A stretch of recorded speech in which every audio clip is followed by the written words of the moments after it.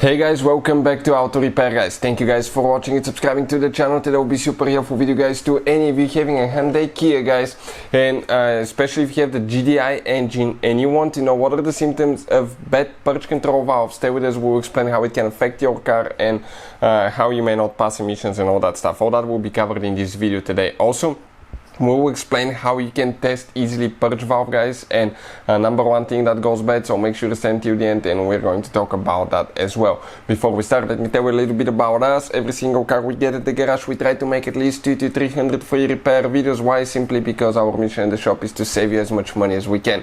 All we need in return, please subscribe to the channel, like the video, that way we can keep providing this free information to you. Now, if you need to buy any parts, tools, purge control valve for a really good price and quick shipping as well, check out the link in the description of the video below and you can see where we get all our tools and supplies from. So with that being said, let's explain the symptoms, okay, what it does and how it can affect your car. Pretty simple guys. This is the 2.4 GDI engine that we'll be demonstrating on. Now, many of you have been asking us in the comment section below guys to share information about the computer diagnostics that we use here at the shop, so we decided to do that. That's the computer guys. I'll put the link in the description of the video below. It's a tool that can pay itself off in one-time use. Works on almost any car you can think of, even Ferrari, Lamborghinis and Porsche. Hyundai Kia is right here, so check it out if you're on the market for a good diagnostic tool that can pay itself off in one-time use guys. So, what the purge control valve does? Okay, pretty simple. That's your purge control valve. It's practically a solenoid that opens and closes. But what it does? Now, you will have that only on gasoline engines. Why? Because the gasoline, okay, in the fuel tank, okay, when it slushes, when it moves, when it gets hot, it expands, creates fumes. Those fumes back in the day used to be released in the atmosphere. Now they're not. Why? Because first, not polluting. Second, okay, if you recycle them, if it goes through the engine, it will make your engine efficient and you will not lose fuel in the form of vapor. So you have a device by the fuel tank that's known as a canister that catches the fuel vapors. Once it builds enough pressure, it's going to tell the engine computer to open that valve, and that hose is coming from the fuel tank there, and it will inject the fuel vapors through that line in the intake manifold, and from there it's just going to go through the engine and burn. So that makes the engine efficient, you're not losing fuel and you're not polluting the atmosphere. But what are the symptoms of a bad valve? Okay, the valve could actually fail in a few ways. One is stuck open. Stuck open, that can develop a vacuum leak.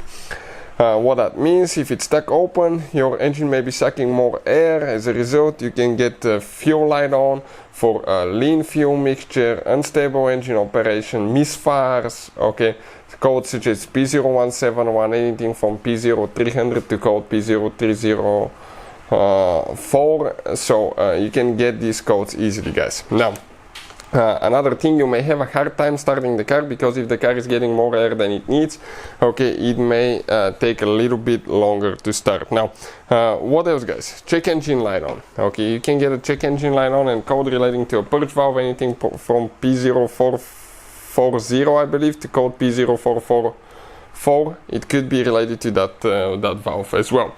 Another thing, you can experience rough idle because okay, the valve can be injecting too much air in the engine, poor engine performance, and you will not be able to pass emissions because your engine light will be on, and that valve is part of the evap, the emission system as well. So very, very important valve guys.